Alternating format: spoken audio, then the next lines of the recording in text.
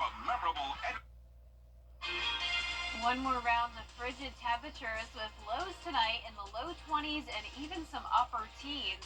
Then as we get to Sunday, we'll start to see a warm up and I'll be tracking rain early next week. I'll have all the details on your forecast coming up.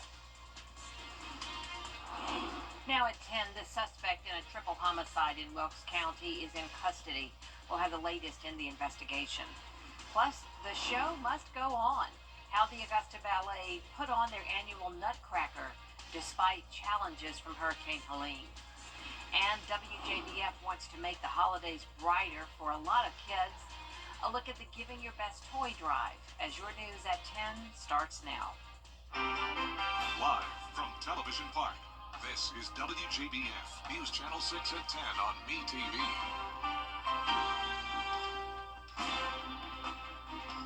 Good evening, everyone. I'm Jenny Montgomery. Thank you so much for joining us tonight.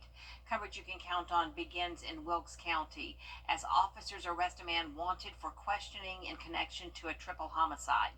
56-year-old Shannon Box was arrested this morning. Box is charged with 3 counts of murder and aggravated assault. He is being held in the Wilkes County Jail.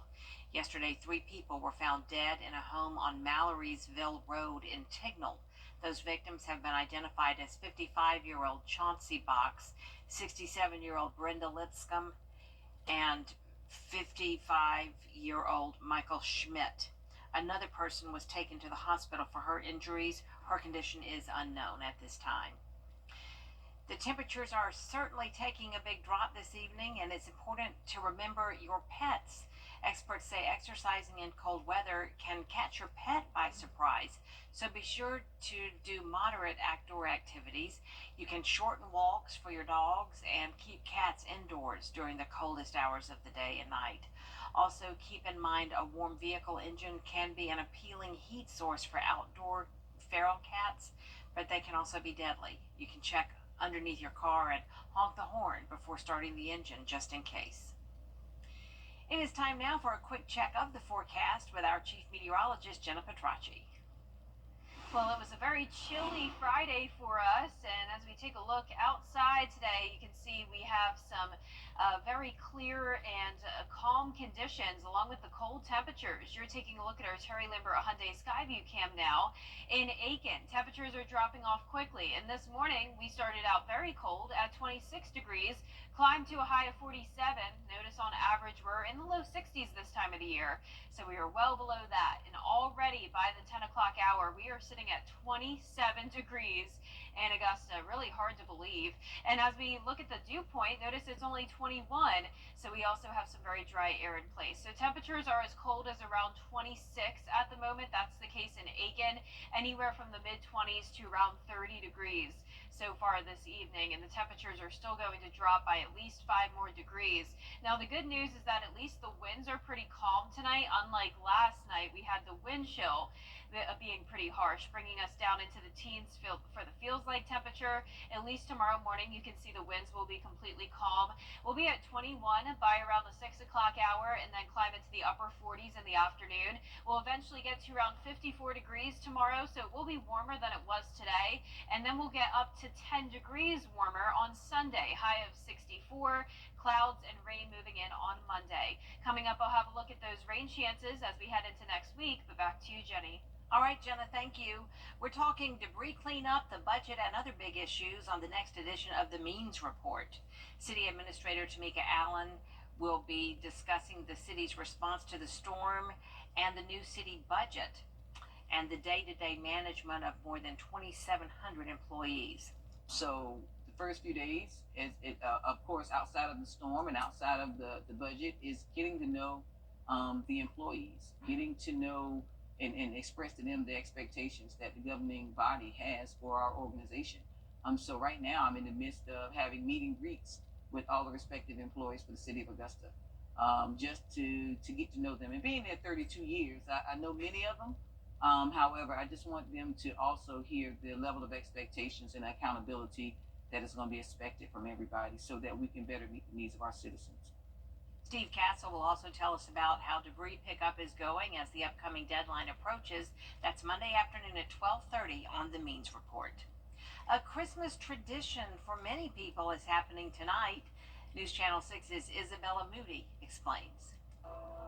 The Augusta Ballet's performance of the Nutcracker was more challenging to put together this year, but with parents and dancers pushing through, they're able to bring Christmas magic to the stage. All the dancers are very excited. That took a little bit of wind out of our sails for a minute, but then we've been blessed. The studio's roof, electrical wiring, and air and heat are installed. The directors are just waiting for power to come back on because they have been working off a generator.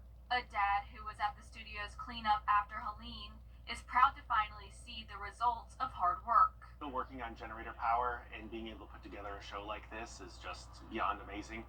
I give it to all the teachers and the students and the girls and the boys who are being able to work through all the issues and put on a show that looks no different than any other year. In fact, it probably looks even better. Teachers who helped put the show together are amazed by the work ethic and passion in this year's show. I think they're sharper on their game this year than I've ever seen. I mean, it really is something. My own son, who's a professional performer, he's doing the sound for us, and he said the same thing after we watched the dress rehearsal last night. PJ Furno was happy his daughter, who has been in the Nutcracker since she was little, was still able to be back on stage for her first year in company. This would have been her first company show, and so she was very excited that she can actually be on stage and that it wasn't going to be postponed. A professional dancer who used to go to Augusta Ballet came back to dance in the show and told me that dancers are made to push through in times like this. I heard about this studio.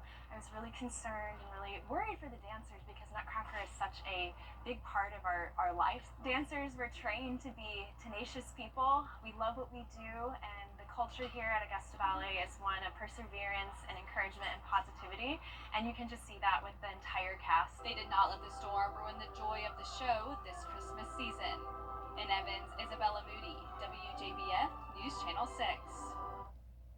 Happening tomorrow, the Augusta Christmas Parade and Light Up Spectacular will take place. It's at 2 p.m. That'll be followed by festivities at the Common. After the tree lighting, there'll be a huge fireworks show. And while it's a fun event, money from the parade goes to the Ronald McDonald House of Augusta. It's a home where families can stay while their child's being treated at CHOG. And to be able to provide everything they need with volunteer groups that come in and provide meals every single day for our families so that they don't have to worry about anything but being with their child and being together as a family. That means the world, and it really helps children get better and get better faster. This year, the parade will begin at 12th and Green Streets. It will then turn right on 7th Street and end at the Woodrow Wilson House. You can watch it live on MeTV starting at 2 p.m. It will re-air Sunday on News Channel 6 at 11. This is the time of the year for giving, and here at News Channel 6, we have some ways you can help. Bria Smith shows us. Over the 30 years of this toy drive, we've had the chance to partner with several local companies and organizations. This year we're working with Project Life, and it's the Project Life toy drive, along with our partners Science Co., Security Federal, and Piedmont Augusta. While it's a new year, the goal remains the same. We're encouraging people to bring unwrapped toys, new toys here to WJBF, and we are going to be accepting them up until December 12th. And after that, we've wrapped them in a huge wrapping facility down on Gordon Highway, and then those toys get distributed by our Project Life partners. But this year, the toy drive means a little more. This year is extra special because families have been turned inside out with losing their homes. Some have lost homes, and some have lost family members. Due to this hurricane, it's just been devastating. And this is a way to bring a little joy into their lives. The list of items being collected is wide-ranging. We need toys for kids ages from 5 and under, all the way up to mid-teens, and the group of people that are especially in need are mid-teen girls, and mid-teen guys, but mainly the girls, because those are really hard to shop for. And all you have to do is drop off your gifts here at Television Park during our business hours. That's between 9 a.m. and 5 p.m. or at our partner drop-off locations. You can find that list at WJBF.com. One more round of low 20s tonight and even some upper teens when you're headed out the door Saturday morning. Then as we go into Sunday, we'll see a warm up and rain chances early next week. I'll have your full Viper 6 forecast after this break. At Tile Center, we offer the area's best selection of quality tile and stone products, exclusive designs, expert staff, and amazing customer service. Are you overwhelmed with all the details in your tile or stone project? Don't worry, our team has the expertise to assist homeowners, contractors, architects, and designers with any project. Come see why for yourself at any of our locations at Tile Center or online at tilecenter.com. Your tile and stone experts. Invisible, linked to The Giving Your Best Award salutes volunteers in the CSRA for going above and beyond in our community. The Giving Your Best partners congratulate our latest winner, Charles Porter. He volunteers every day at Pine Hill Middle School in Hepzibah. There's no paycheck, just the satisfaction of being a great mentor and helping others.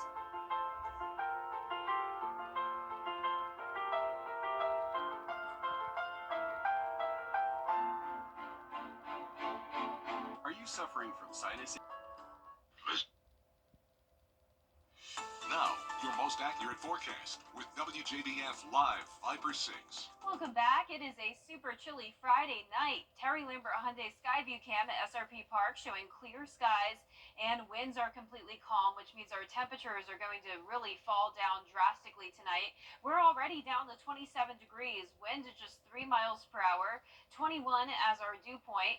Around the CSRA, we're seeing low 30s out in our western counties and then mid to upper 20s for the rest of us. 29 in Thompson, McCormick at 27, Aiken, the coolest spot at 26 degrees, still 30 in Millen. High pressure is in control. That's bringing in this Arctic blast. But as we look out to the west, scattered light showers across Texas with cloud cover. It's also much warmer over there. So this activity will move into our direction starting on Sunday. But in the meantime, our main focus is on these cold temperatures. We're going down to around 21 degrees in Augusta at 5 and 6 o'clock in the morning. Hopefully you can just sleep through it. But if you're headed out the door tomorrow morning, definitely be aware that temperatures could be as low as 17 degrees. We have a cold weather advisory until 9 o'clock in the morning for the county shaded. So lows tonight will be mostly in the low 20s, a little bit higher in our western counties, going down to around 23 to 25 degrees. But a lot of us will get down to that 20-degree mark, if not lower. Highs tomorrow will be in the low to mid 50s, a nice sunny day. But Sunday will definitely be much warmer by a whole 10 degrees when it comes to both our lows and highs. So 32 on Sunday morning, 64 in the afternoon. So it's going to be great weather conditions for the Edgefield Christmas Parade. That's where I will be, along with meteorologist Sherry Shealy. We'll be judging the parade floats, and we're super excited for it. We're also excited for these warmer temperatures. Now, it will be a partly cloudy day, but still dry, so you don't have to worry about any rain for no matter what parade you're going to this weekend. Highs will be right at 64 Sunday and Monday, then pushing 70 degrees on Tuesday. But with the warmer temperatures also comes some rain. So completely clear conditions for us on Saturday. High pressure moves to our south, bringing in a southerly wind ahead of our next system. Clouds take over starting on Sunday afternoon, but rain staying to the west of us still. Then by Monday morning, you can see some light showers knocking on our door. So very light rainfall on Monday, only giving it a 40% chance. Then a higher rain chance Tuesday and Wednesday. We haven't had any rain so far for the month of December, so this will be our first round of rain. And by the time it's said and done, we'll get up to around 2 to 3 inches. And then after that, we'll be back to sunshine on Thursday, another cool down, high of 50. And then next Friday morning, 27. And then by next weekend, a little bit warmer, back into the low 60s. Now back to you, Jenny. All right, thank you so much. This was day 2 of the South Carolina Farm Bureau's annual meeting in Myrtle Beach. The event gave hundreds of farmers from across the state a chance to come together and get the support they need to recover from this year's weather challenges. It included workshops and a chance to meet with FEMA representatives. We're really excited to be here. We know that the agricultural community is the lifeblood here in the state of South Carolina, and many farmers sustain damage to their personal property and some to their equipment. So this is giving us as FEMA an opportunity to come out and talk to farmers and educate them on how we may be able to offer some assistance. More than half the state is eligible for disaster assistance in the state of South Carolina due to Hurricane Helene. That includes 28 counties. The annual meeting wraps up tomorrow. Coming up, insurance company Anthem Blue Cross Blue Shield facing criticism for its recent policy changes. It's Christmas time again, and The 60th Annual Columbia County Merchants Association Christmas Parade starts this Sunday afternoon at 3 o'clock at Evans Town Center Park. Brad and I certainly hope you will join us, and you can watch it live if you can't make it down to Evans. It's on MeTV and online at WJBF.com. We'll be right back. If you're a Medicare beneficiary, call now. WJBF sports coverage you can count on. An exciting Saturday ahead for college football with the Georgia Bulldogs gearing up for the SEC championship game against the Texas Longhorns. The Bulldogs are making their fourth consecutive SEC championship appearance. They finished out the season 10-2, tied for second in the SEC. They'll square off against Texas, who they played back in October, and Georgia beat them 30-15 on the road. And if the Bulldogs manage to beat the Longhorns twice, then they grab a spot in the college football playoffs. That's what makes this conference special. Is this game is tough, and the atmosphere, the electricity around the game is really awesome. So we're looking forward to it. Honored to be playing Coach Sark and his team at Texas. What a tremendous job he's done there. Getting them into this game is a gauntlet, and it's a reward to play in it, and both teams have earned that. Be sure to tune in right here on Channel 6 for a 4 p.m. kickoff at Mercedes-Benz Stadium. The News Channel 6 sports team will be on site in Atlanta. And after 45 years in Athens, Georgia Athletics liaison Claude Felton announced his retirement at the beginning of this year. And as a result, Georgia has named a press box after him. WSAV's Joey Lamar interviewed Felton on what this gesture meant to him. Thanks, Claude, for doing this. We really appreciate it. First, I want to ask you about this press box. It's named after you. How did you learn about that? And what did you feel when, they told you, hey, we're going to name this level after you? Well, the athletic director is the one who told me about it first, and it wasn't that long before the season began, actually. And so it's, it's a tremendous honor. I mean, but it is a tribute to a lot of people that have been on our staff for so many years, and but it's a tremendous honor. Is it weird for you to walk up and see it says Claude Felton press box? Is that weird? It is very weird, believe me. It is very weird. But like I said, I'm honored, and it's a tribute to so many people. And in the ACC, the Clemson Tigers are gearing up to play at Southern Methodist University in the championship game. Despite their loss to South Carolina last week in the Palmetto Bowl, the Tigers return to the title game for the first time in 2 years. Meanwhile, the 11-1 SMU Mustangs made it in their first year in the ACC. The winner moves into the 12-team playoff. It's a blessing to be able to be a part of something that very few coaches, very few players get to experience. And that is a championship game. Very few people get a chance to experience that.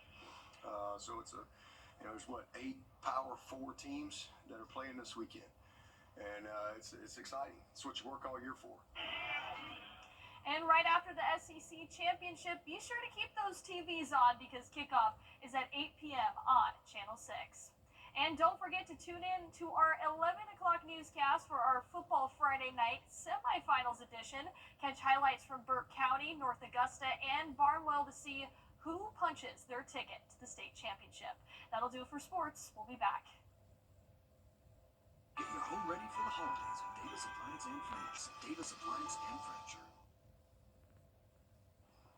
And last but not least, everyone is getting into the holiday spirit by putting up decorations. Tennessee High School is giving back to the senior community with unique Christmas decorations. Sam Commenti has the story. A wise man once said, the best way to spread Christmas cheer is singing loud for all to hear. Or in the case of Beach High School, you can just 3D print these awesome Christmas ornaments for a local nonprofit.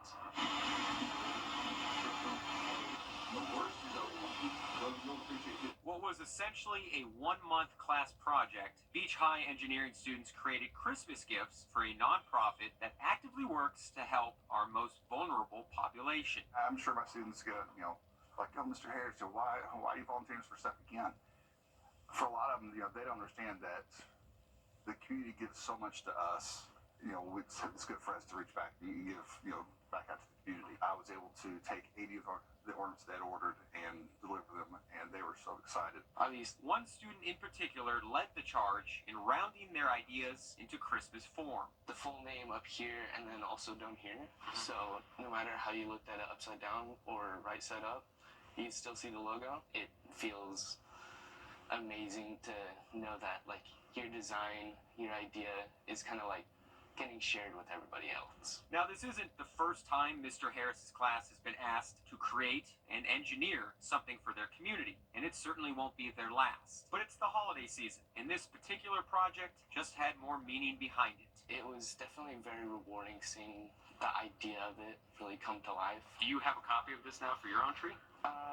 So, yeah, your own no, work that you can actually, You should. It's actually a good idea. Yeah, I'm gonna take one. I want to take. Am I allowed to take one?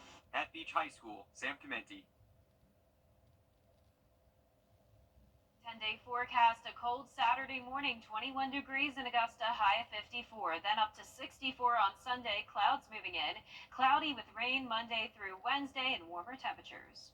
Thanks for joining us tonight. The news continues at the top of the hour on WJBF News Channel 6 at 11. Ann Hogan's Heroes is next here on MeTV.